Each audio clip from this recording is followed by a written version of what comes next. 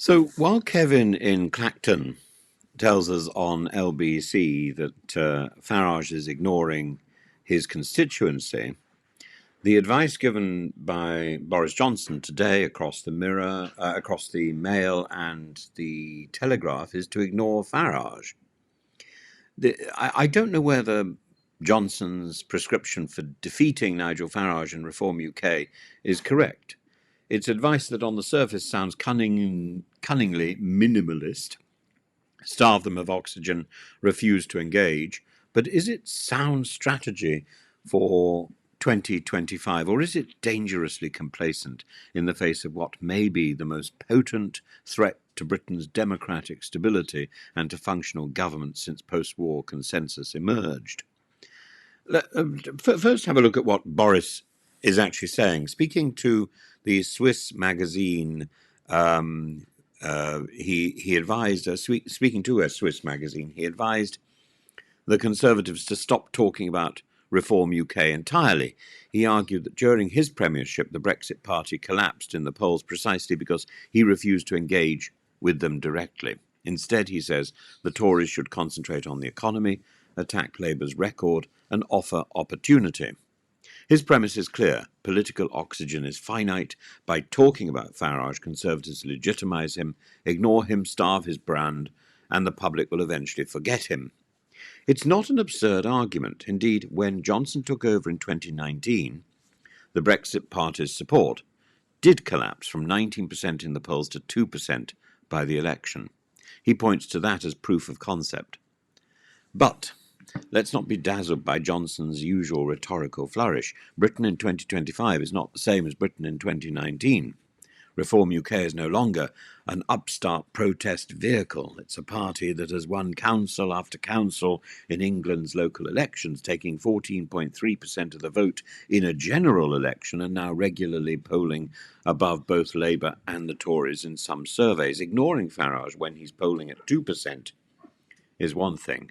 Ignoring him when he's on 26% with councillors, MPs, and an infrastructure is political malpractice.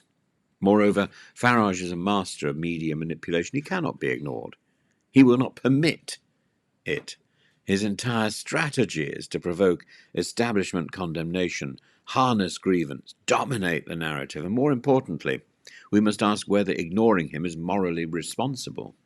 Reform UK's programme includes leaving the European Convention on Human Rights, attacking legal safeguards for refugees, spreading conspiratorial fears about immigration.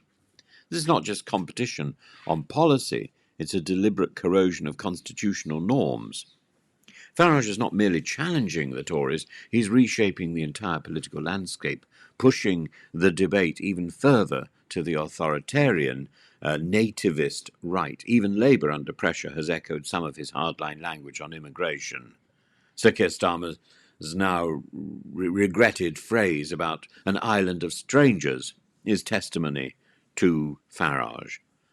In short, ignoring Farage is not neutral, it enables him, it allows the Overton window to shift unchecked. It emboldens those who would reduce democracy to populist plebiscite while eroding the institutions that guarantee liberty.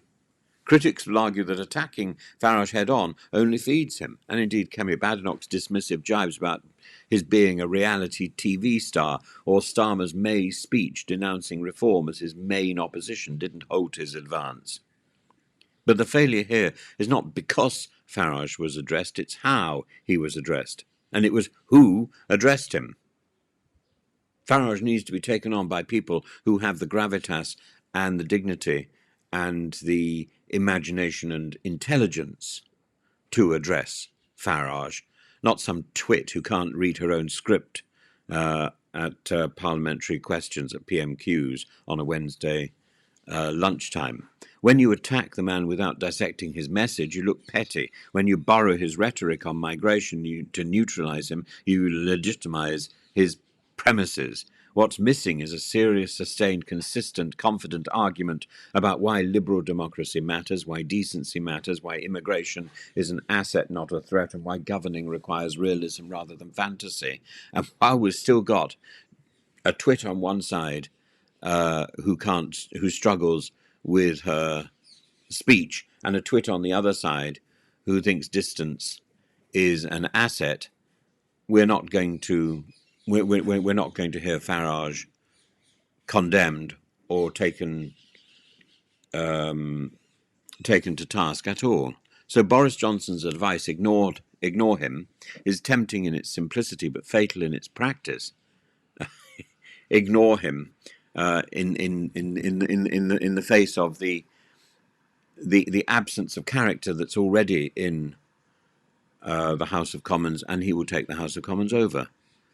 This is not 2019. Farage is not an annoyance. He's a threat to the integrity of Britain's democracy, the credibility of its governing parties, and the civility of its public discourse. Go back to Kevin on LBC. Kevin says that Farage is ignoring Clacton. Of course he is. Why should he not ignore Clacton? Clacton is not important to Farage. Farage has his sights on 10 Downing Street. We cannot ignore that. Instead, we must confront it directly, not with insults or mimicry, but with argument, evidence, and an unapologetic defence of what Britain should be for. Actually, I'm going to change that.